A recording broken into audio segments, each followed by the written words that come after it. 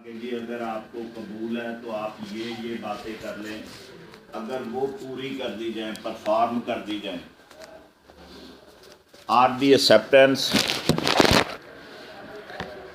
या of any consideration, या बदल में जो दूसरे ने कंसिडरेशन हमने पीछे पढ़ा था, वो नकदी भी हो सकती है, कोई और चीज़ भी हो सकती है। एग्रीमेंट का बदल जो है उसे कबूल कर लिया जाए। फॉर ए रेसिप्रोकल प्रॉमिस, जो मुतबादल जो है उसने ऑफ़र दी है। मसलन एक्सचेंज में एक कहता है कि जी मैं अब मेरा मकान ले लो, मुझे फ़लाना प्लाट दे दो। अगर वो प्लाट देने पे रजामंद हो जाए तो ये भी एक्सेप्टेंस हो गई। Which may be offered with a proposal is acceptance of the proposal. ये दोनों तरीके भी एक्सेप्टेंस समझे जाएंगे। अगली बात, सेक्शन 9, प्रॉमिसेस एक्सप्रेस और इम्प्लाइड, जो वादे होने हैं, एक्सेप्टेंस वाली कार्रवाई होनी है, वो वाज़े साफ भी हो सकती है, बोल के भी हो सकती है, और इम्प्लाइड या इशारतन भी हो सकता है। दोनों तरीके कहा है कि प्रॉमिस इस तरह हो सकता है। इन सो फार एज, जहाँ तक हो सकता है, द प्रोपोजल और acceptance of any promise is made in words, जब अल्फाज से कहा, बोल कर कहा, तहरीरी कहा, ज़ुबानी अल्फाज इस्तेमाल हुए। The promise is said to be express, तो कहा जाता है कि ये वाज़े तौर पर, तहरीरी तौर पर जो है एक्सेप्टेंस हो गई। In so far as such proposal और acceptance is made otherwise than in words, अल्फाज से हटके है, ना तहरीर में अल्फाज आए ना बोल में आए। The promise is said to be implied, तो फिर कहा जाता है कि ये इशारतन है, वाज़े तौर पर नहीं है, मगर एक्सेप्टेंस हो गई। अब चैप्टर दूसरा आ गया जी। हमारी कमी जो है, शुक्रगुजार है हम रफ़ीक साहब के कि उन्होंने पूरी कर दी जी। सेकंड चैप्टर जी, of contracts, voidable contracts and void agreements. मैंने पीछे, हम एक दफ़ा चले जाएं सेक्शन 2 में, जहां एग्रीमेंट और कॉन्ट्रैक्ट को डिफ़ाइन किया हुआ है, ज़रा याद कर लें। सफ़ा 14 पे है, ई एग्रीमेंट को डिफ़ाइन किया है।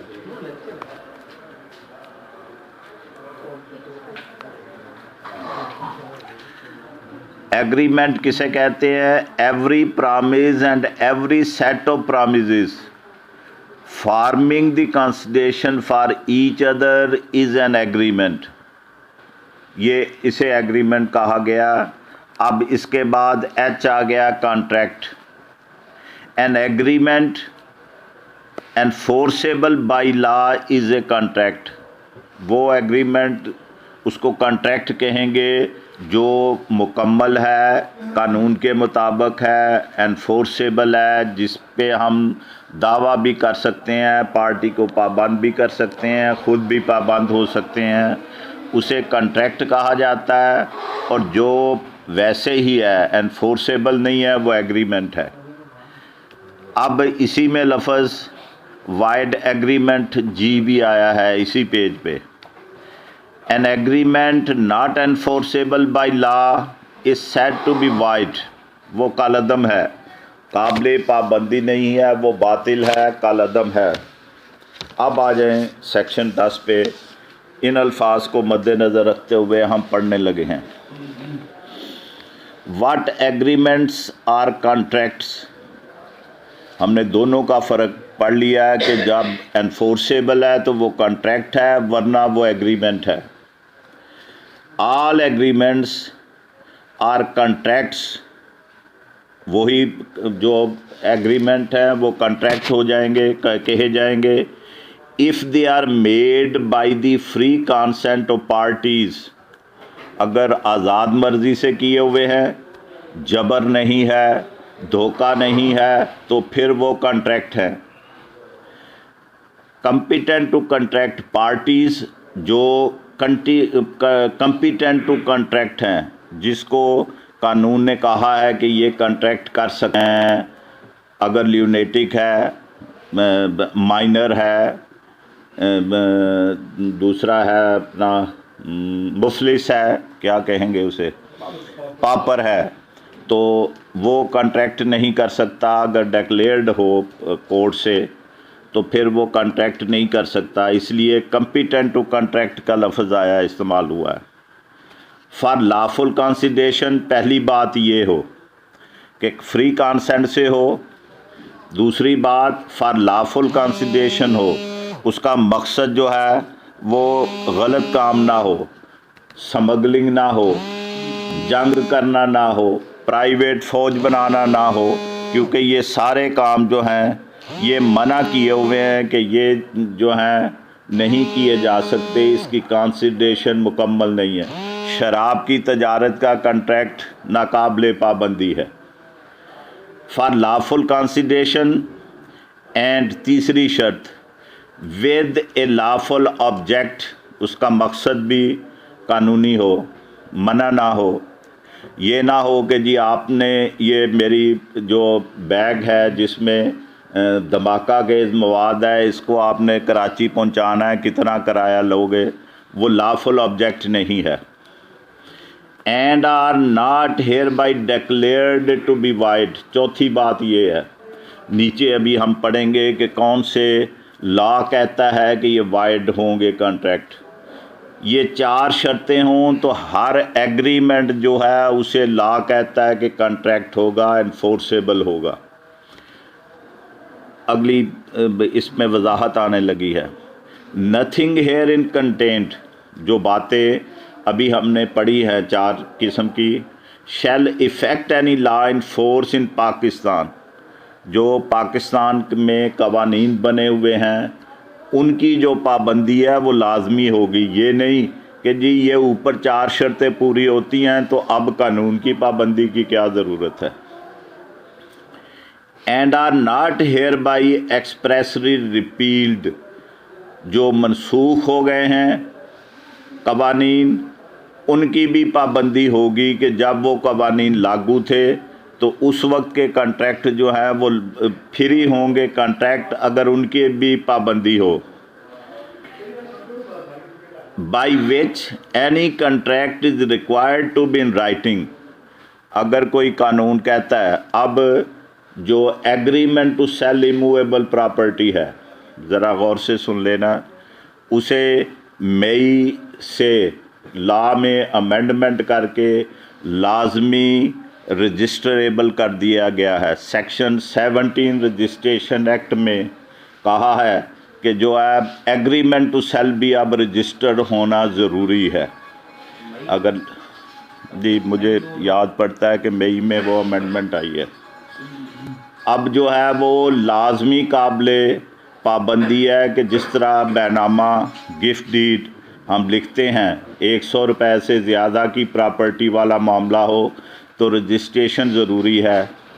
अब जो है वो एग्रीमेंट टू सेल को भी लाजमी रजिस्ट्रेशन में ले आए हैं, सेक्शन 17 में अमेंडमेंट आ गई है, तो इसलिए मेरे जहन में वो बात आ गई।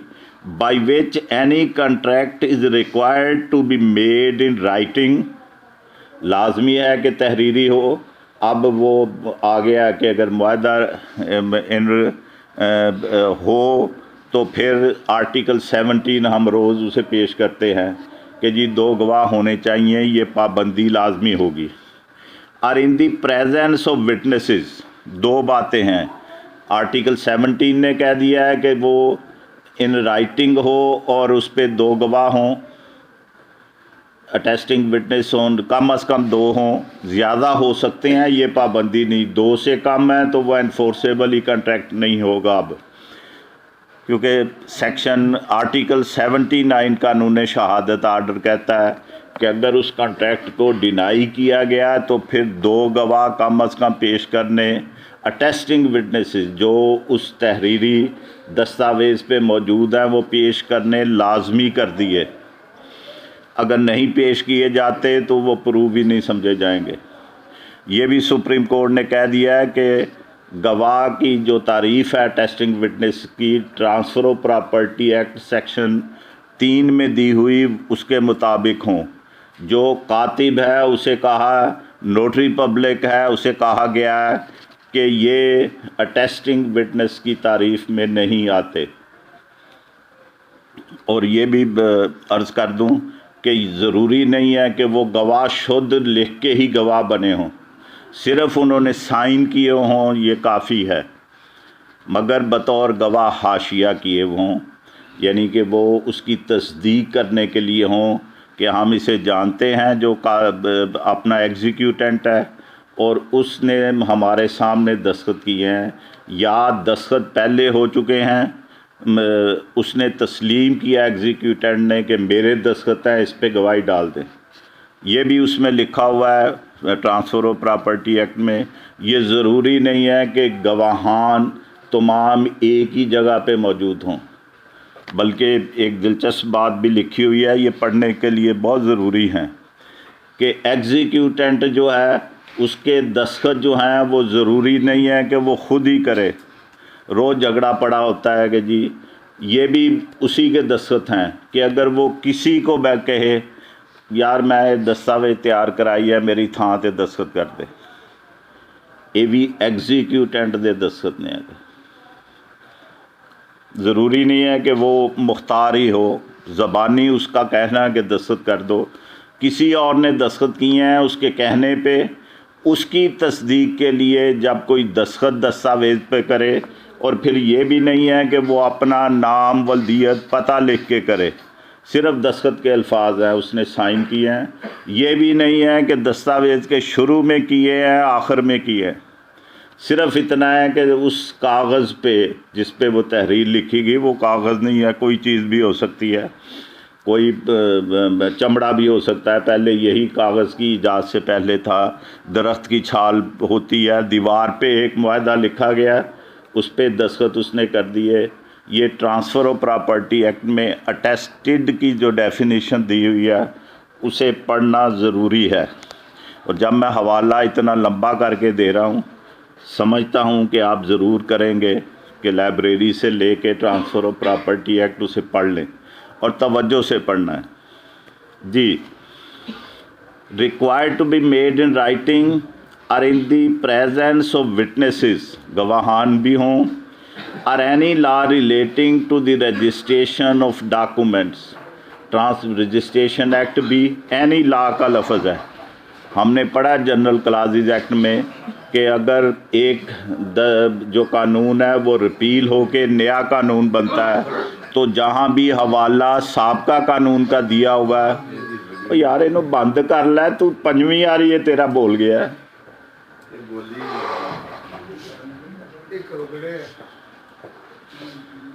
कोई हाल नहीं हैगा।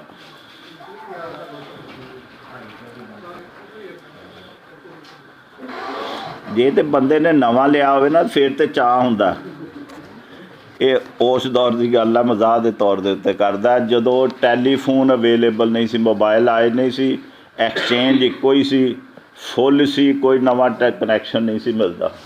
अच्छा बस ही बैठ गया। हाँ तो वो जड़ा ना जी मेरे घर टैलीफोन लग गया कोर्ट दे विच, इन्हां दे दामाद दी मेहरबानी सी। हुण मेरा जी करे 1.5 किलोमीटर तो उन्हें तार खिंच के ते लवा दिता। चौधरी रफीक साहब दे दामाद इत्थे ऐसी रहे ने टैलीफोन के महकमे 1.5 किलोमीटर तो लंबी तार लिया के लवा दिता। हुण मेरा जी करे कि यार बुढ़ियाँ आईयां हैं मेरी मिसिस कोल बैठियां, उन्हें पता लगे साढ़े घर टैलीफोन है, पर हुण बैल होवे ते पता लगे। अखीर मैनू ख्याल आ गया, मैं डायरैक्टरी उहदी खोल के पढ़ी सी, ਉਹਦੇ ਉੱਤੇ ਅਲਾਰਮ ਵੀ ਲੱਗ ਸਕਦਾ ਸੀ। मैं दवा दा मिनट बाद का अलार्म ला दिता, तो मिनट बाद टैलीफोन बोलन लग पियां, सारिਆਂ ने कन के बड़ी टौर बनी कि साढ़े घर भी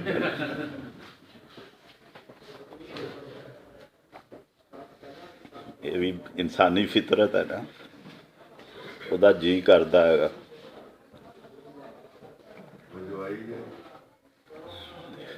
इन्हें नवा लिया ना इस वास्ते, वो कहता बेलियां नूं पता लग जाए मेरे कोल भी है। मैं मोहसिन बैठा गवाही पाएगा, मैं मोबाइल नहीं सी लिया, अजे चल गया सी, काफ़ी चिर हो गया सी, इन्हां कोल हैगे सी। एक दिन असी लंघन डे तो नकूल ब्रांच के कोलों लंघन डे, थैले इट रख के एक ओढ़नी बैठी हुई सी, वो गल्लां मोबाइल ते करन डई सी। जदों असी कोल गए तो पता ही कह रही सी, ਉਹ ਬੱਦਲ ਹੋਏ ਆ, ਪਾਥੀਆਂ ਬਾਹਰ ਪਈਆਂ ਨੇ, ਕਿਤੇ ਗਿੱਲੀਆਂ ਨਾ ਹੋ ਜਾਣ ਅੰਦਰ ਕਰ ਲਿਆ। ਮੌਸਮ ਮੈਨੂੰ ਕਹਿੰਦਾ ਹੁਣ ਤੇ ਲੈ ਲਓ, ਹੁਣ ਤੇ ਉਹਦੇ ਕੋਲ ਵੀ ਹੈਗਾ। ਔਰ ਫਿਰ ਕਿੰਨੇ ਦਾ ਆਇਆ ਸੀ? 400 ਦਾ।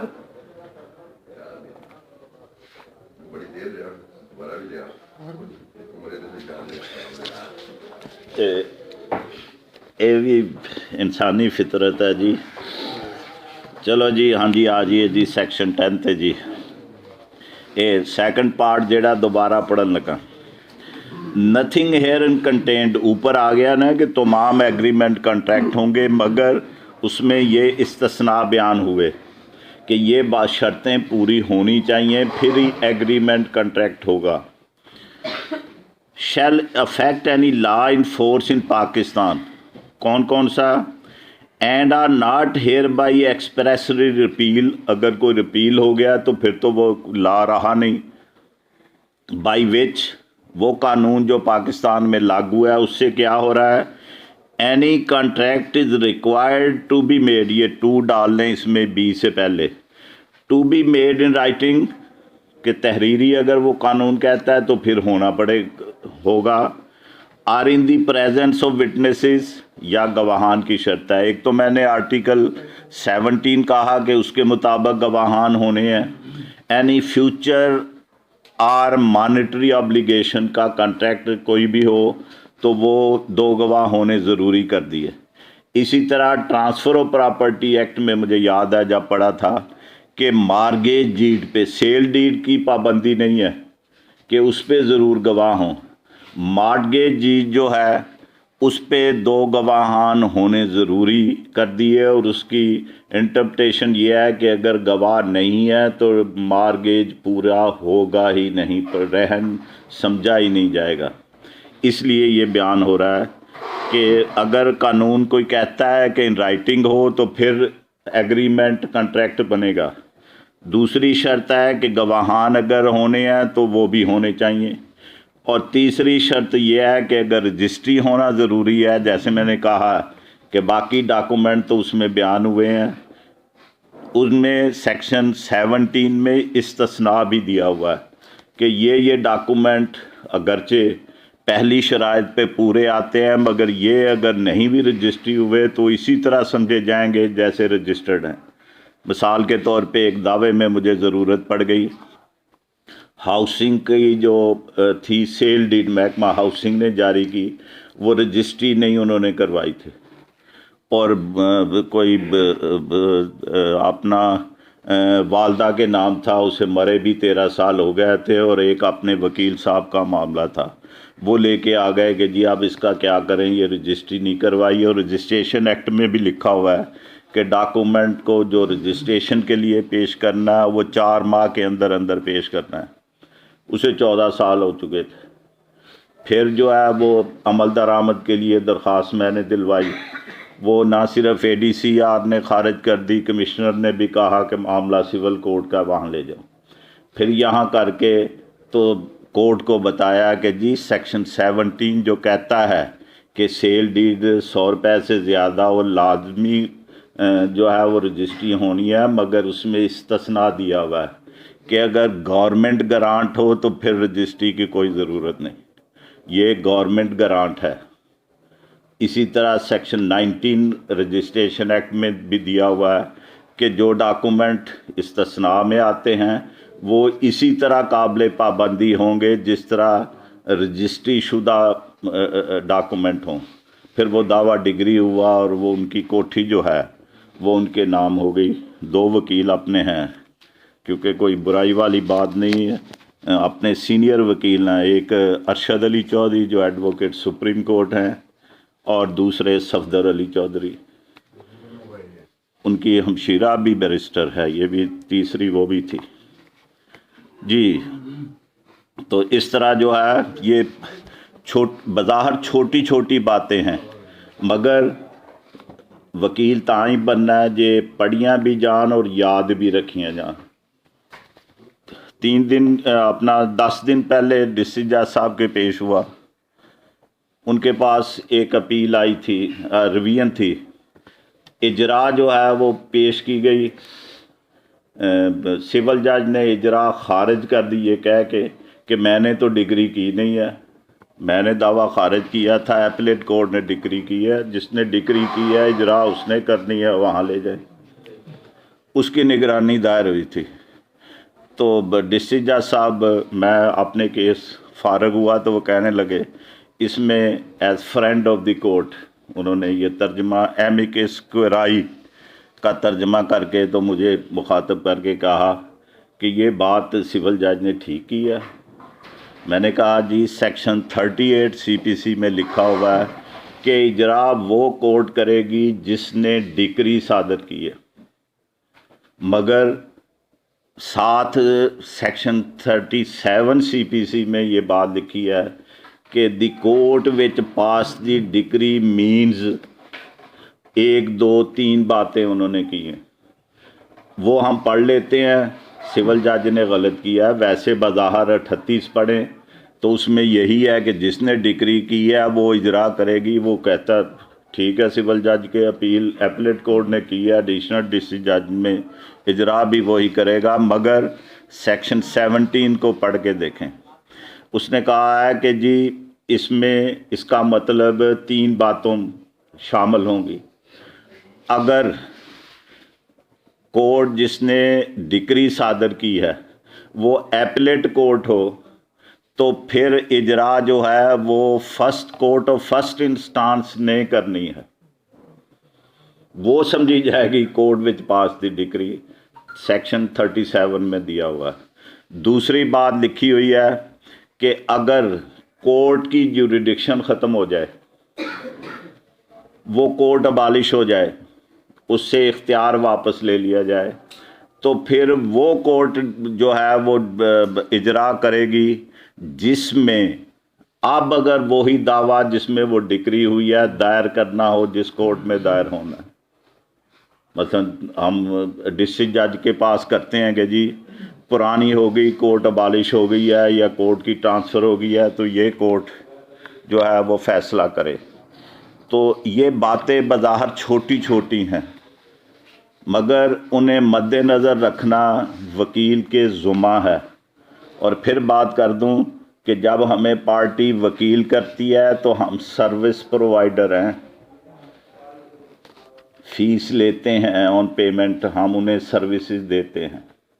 अगर हमारी नेगलिजेंस की वजह से कोई नुकसान हो जाए, कंज्यूमर प्रोटेक्शन एक्ट में आते हैं ਤੁਹਾਨੂੰ ਦੱਸਣ ਨੇ प्राइवेट पार्टी ਨੂੰ नहीं किसी ने दसिया, क्योंकि मेरे खिलाफ ही दावे शुरू हो जाने हैं कि ये जी नेगलिजेंस एक्ट।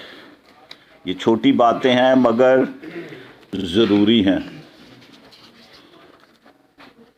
हम तो तबसरा अभी सुबह तबसरे यहाँ हो रहे थे तो बातें आ रही थी, मैंने कहा वो सारे तबसरे करी जा रहे हैं, ਤੁਹਾਡੀ सलाह ਜਿਹੜੇ TV ਤੇ बैठे फरोग नसीम ਤੇ ਉਹ फलां तबसरे कर रहे हैं, उन्होंने पढ़िया कि ਕਿਹੜੇ एक्ट के तहत सज़ा हुई है। ये PPC की सज़ा नहीं है, ये नवा एक्ट है 1973 का बनया, हाई ट्रीजन पनिशमेंट एक्ट 1973, ਉਹਦੇ तहत सज़ा हुई है। स्पैशल कोर्ट अपना क्रिमिनल स्पैशल कोर्ट एक्ट 1976 है, जिदे ते प्रोसीजर दिता होया कि किहड़े एक्ट प्रोसीजर दे नाल मुशर्रफ दा ट्रायल होया। ये आपने जो किसी ने पढ़े है वो एक्ट, दोनों पढ़े ने सारे जेड़े आ, और तुसी की समझदे हो फरोग नसीम ने पढ़े हुए ने। ਜਦੋਂ ਚੀਫ ਜਸਟਿਸ ਨੇ ਅਟਾਰਨੀ ਜਨਰਲ ਨੂੰ ਮੁਖਾਤਬ ਕਰਕੇ ਕਿਹਾ ਕਿ ਅਟਾਰਨੀ ਜਨਰਲ ਸਾਹਿਬ ਪਹਿਲੀ ਵਾਰੀ ਤੁਸੀਂ ਆਰਮੀ ਐਕਟ ਨੂੰ ਪੜ੍ਹਿਆ ਜਦੋਂ ਤੋਂ ਕੱਲ੍ਹ ਤੋਂ ਮੈਂ ਅੱਜ ਦੀ ਤਾਰੀਖ ਪਾਈ ਹੈ, ਇਸ ਤੋਂ ਪਹਿਲੇ ਤਾਂ ਤੁਸੀਂ ਕਦੀ ਪੜ੍ਹਿਆ ਹੀ ਨਹੀਂ। ਮਗਰ ਔਰ ਉਦਣ ਵੀ ਐਵੇਂ ਉਹਨੇ ਉਹਦੀ ਇੱਜ਼ਤ ਰੱਖਣ ਲਈ ਕਹਿ ਦਿੱਤਾ ਪੜ੍ਹਿਆ ਹੈਗਾ। ਉਹਨੇ ਪੜ੍ਹਿਆ ਹੁੰਦਾ ਤੇ ਗਲਤੀ ਕਿਉਂ ਹੁੰਦੀ? ਅਟਾਰਨੀ ਜਨਰਲ ਵਕੀਲਾਂ ਦੇ ਇਲੈਕਟਿਡ ਮੈਂਬਰਸ ਦਾ ਚੇਅਰਮੈਨ ਹੈ, ਪਾਕਿਸਤਾਨ ਬਾਰ ਕੌਂਸਲ ਦਾ ਚੇਅਰਮੈਨ ਉਹ ਹੈ। ਫਰੋਗ ਨਸੀਮ ਸਾਹਿਬ ਦਾ ਲਾਇਸੈਂਸ ਸਸਪੈਂਡ ਕੀਤਾ ਪਾਕਿਸਤਾਨ ਬਾਰ ਕੌਂਸਲ ਨੇ, ਵਜ਼ੀਰੇ ਕਾਨੂੰਨ ਦਾ, ਔਰ ਉਹਨੇ ਬਹਾਲ ਪਤਾ ਕਿ ਇੰਜ ਕਰਾਇਆ ਹੈਗਾ, ਅਸਤੀਫਾ ਦੇ ਦਿੱਤਾ ਹੈ ਇਸ ਸ਼ਰਤ ਦੇ ਉੱਤੇ ਕਿ ਯਾਰ ਮੇਰਾ ਲਾਇਸੈਂਸ ਬਹਾਲ ਕਰ ਦਿਓ। ਮੈਂ ਮੈਂਬਰ ਪਾਕਿਸਤਾਨ ਬਾਰ ਕੌਂਸਲ ਤੋਂ ਅਸਤੀਫਾ ਦੇ ਕੇ ਉਹਨੇ ਵਾਈਸ ਚੇਅਰਮੈਨ ਕੋਲੋਂ ਬਹਾਲ ਕਰਾਇਆ। ਲੀਗਲ ਪ੍ਰੈਕਟੀਸ਼ਨਰਸ ਐਕਟ ਦੇ ਵਿੱਚ ਲਿਖਿਆ ਹੈ ਕਿ ਪਾਕਿਸਤਾਨ ਬਾਰ ਕੌਂਸਲ ਕੋਈ ਫੈਸਲਾ ਕਰੇ, ਉਸ ਫੈਸਲੇ ਨੂੰ suspend set aside attorney general ਕਰ ਸਕਦਾ। ਚੇਅਰਮੈਨ ਹੈ ਅਟਾਰਨੀ ਜਨਰਲ। याद आया ना हफ्ता पहले कार्रवाइयां हुई। और हुण यासीन जिहड़ा प्रेजिडेंट रहा है Supreme Court Bar Naseem Yasin Azad इन्हें इस्तीफा दिता, वो मैंबर बन गया क्योंकि वो Pakistan Bar Council Legal Practitioner Act दे विच है कि इलैक्शन तो बाद अगर सीट खाली है तो नंबर 2 नंबर 3 ने जिहड़ा वो बनते जाना। उन्होंने बनाया उन्होंने कि तू तो आंदा नहीं मीटिंग दे विच, तेरा असी सस्पेंड किया, तू इस सुप्रीम कोर्ट च पेश हो रहा। और उन्होंने दोनों ये पता नहीं है कि मेरे नाल ते अटारनी जनरल है, वो इस काम नूं सस्पेंड भी कर सकता और सैट साइड भी कर सकता। मगर वो चेयरमैन भी ने, मैंबर पाकिस्तान बार कौंसल भी ने, पर एक्ट पढ़ना तो उन्होंने जिम्मेदारी नहीं है।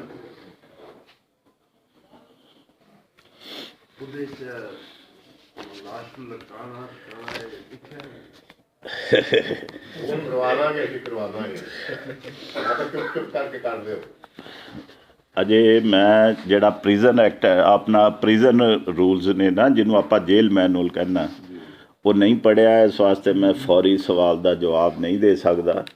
ये जिहड़ा उन्हें लिखिया है एवें नहीं उन्हें लिखिया।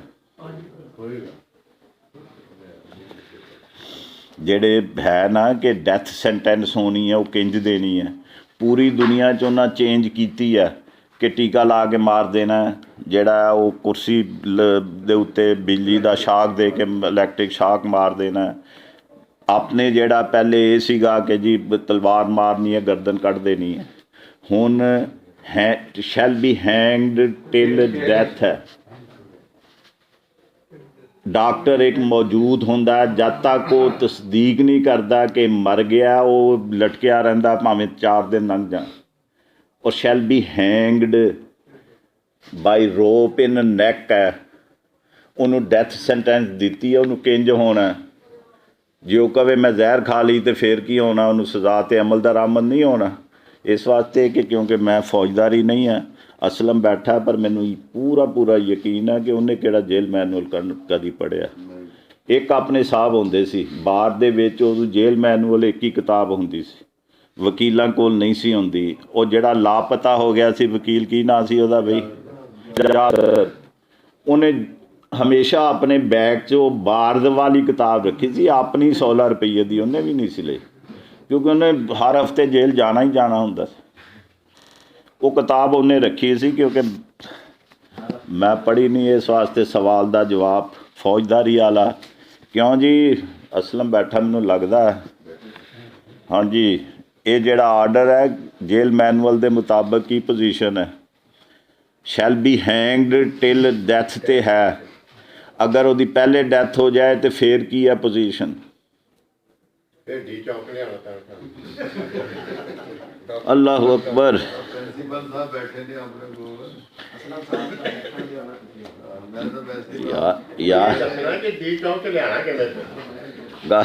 गल ये है मैं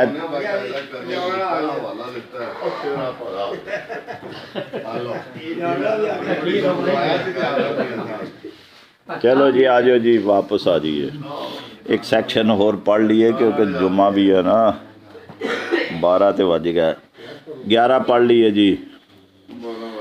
who are competent to contract, ऊपर हमने पढ़ा है पहले ही जो है वो था कम्पिटेंट टू कंट्रैक्ट की सेक्शन 10 की पहली शर्त में, उसकी अब वजाहत सेक्शन 11 में आई है।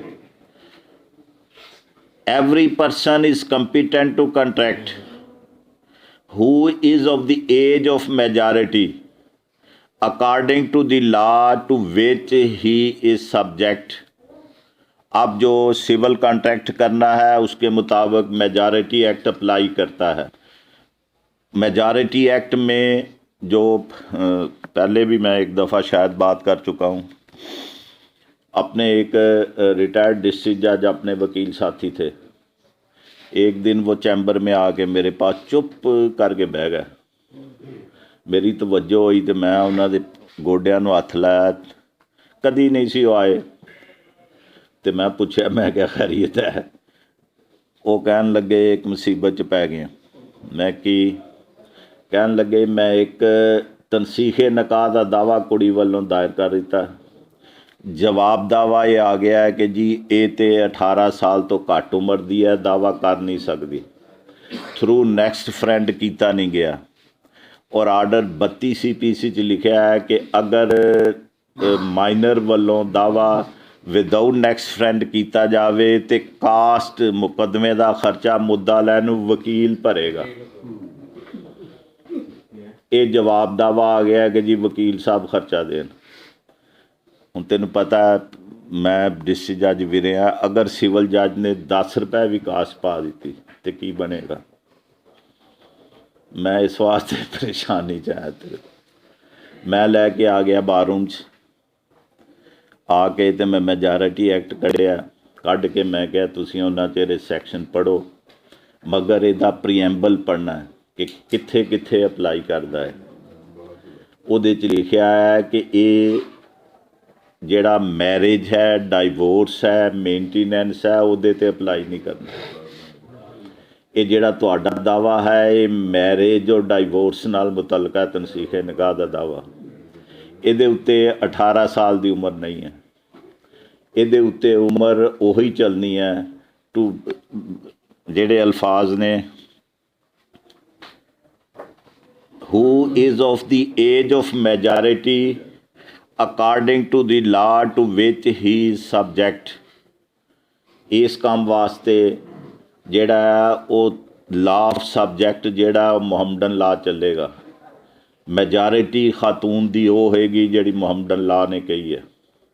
प्रिजम्पशन है कि 15 साल की मेजर हो गई, उस तो पहले अगर सब्जैक्ट टू मैंसिस है तो वो मेजर है। ये मेजॉरिटी एक्ट 18 साल वाला अप्लाई नहीं करना। वो पढ़ के कहन लगे यार तू नवीं गल दसी जान डया, मेरी जान नूं बन गई। मैं क्या ठहर जाओ, मैनू याद सीगा कि मैं किते पढ़िया, मैं वो डाइजस्ट 10 साल भी अपने कोल एक हैगा। पहले जिहड़े डाइजस्ट ने वो साल दे, 2 साल दे, 3 साल दे इकट्ठे ने, एक 67 तो 76 तक 10 साल का इकट्ठा है। मैं उहदे विचों जिहड़ा वो मेजॉरिटी एक्ट वाला M वाला कढ़ के तो वो कढ़िया। मैं कह लो आ रूलिंग भी आ गई हाई कोर्ट दी है कि इहदे ते तनसीखे निकाह दे दावे ते मेजॉरिटी एक्ट नहीं, according to Muhammadan law majority जिहड़ी है वो अप्लाई करनी। उन्हां दवा दा फोटो कराई मेरे, मैं पहले उन्हां दे गोडियां नूं हथ लाया सी, उन्हां बदला ले लिया मेरे गोडे नूं हथ ला के। हाँ जी, नहीं तुहाडे गुआंढियां दी गल करने आ, तुहाडे चैंबर दे नाल दे नहीं सी। हाँ जी, उन्हां दी गल कीती है। मैं तो जान के ना नहीं सी लै रहा, मगर क्योंकि वो अच्छे जज भी रहे ने ते अच्छे एडवोकेट भी सी, इस वास्ते इहदे च कोई हरज नहीं। मशवरा करना लीगल एथिक्स दे विच लिखिया होया, जिहड़े आपां पढ़े भी नहीं हैगे मगर चंद लोग सी उदों, उहदे विच लिखिया है कि वकला को चाहिए कोई काम करने से पहले अपने साथी वकला से मशवरा करे। बेशक डॉक्टर काम करने से पहले साथी डॉक्टरों से मशवरा करते हैं। ये लीगल एथिक्स जिहड़े कानून दे बुनियादी असूल ने वकीलों दे, उन्हां दे विच लिखी हुई गल है, कोई शर्मिंदगी वाली गल नहीं है। ਕਿ ਜੀ ਕਿਸੇ ਨੂੰ ਪੁੱਛ ਲਿਆ ਜਾਵੇ, ਗੱਲ ਗੁਫ਼ਤਗੂ ਕਰ ਲਈ ਜਾਵੇ। ਆਪਾਂ ਜਦੋਂ ਕਹਿੰਦੇ ਆ ਅੱਜ ਡਾਕਟਰਾਂ ਦਾ ਬੋਰਡ ਬੈਠਣਾ ਹੈ, ਉਹਨਾਂ ਨੇ फैसला करना है कि की करना है। साथी डॉक्टर अपने साथी डॉक्टरों से मशवरा करते हैं। मिसाल के तौर के उत्ते लिखिया तो पहली गल आ गई जी हु इज़ कंपीटेंट। पहली गल है कि वो उस ला के तहत जिदा वो ताबे है, सबजैक्ट है, उहदे विच वो मेजर समझिया गया होवे। And who is of sound mind, अपने वर्गा ना होवे। आवे सुता पिया जे, गुआंढी नूं जगा दे। And is not disqualified from contracting by any law to which he is subject. जिसका वो ताबे है उसके तहत ये ना हो, जैसे वो मैंने कहा कि वो मुफलिस करार ना पा गया हो, तो फिर जो है वो कंपीटेंट टू कॉन्ट्रैक्ट है। अब हमने दो बातें की हैं, एक तो मेजॉरिटी एक्ट पढ़ना ज़रूरी कर दिया, दूसरा अटेस्टेड के definition transfer of property act में, और तीसरा आर्टिकल 17 और रजिस्ट्रेशन एक्ट की अमेंडमेंट पढ़नी आपा कोई नहीं। अब मैं हुण पढ़ी है, अज शुक्र है मैं पढ़ी हुई थी।